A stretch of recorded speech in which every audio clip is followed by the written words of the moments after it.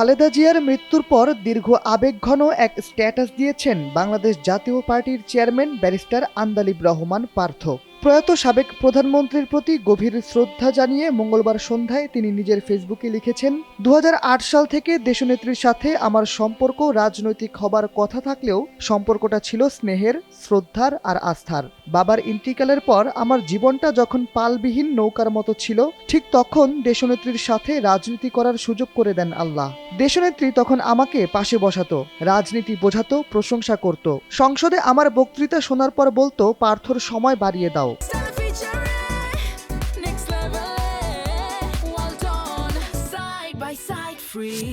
পার্থ আরও লেখেন, আজ দেশনেত্রী বেগম খালেদা জিয়া ইন্তিকাল করেছেন। বিএনপির ভারপ্রাপ্ত চেয়ারম্যান তারেক রহমান সাহেবের সাথে সমবেদনা জানাতে গিয়েছিলাম। কি বলবো বুঝে উঠতে পারি নাই।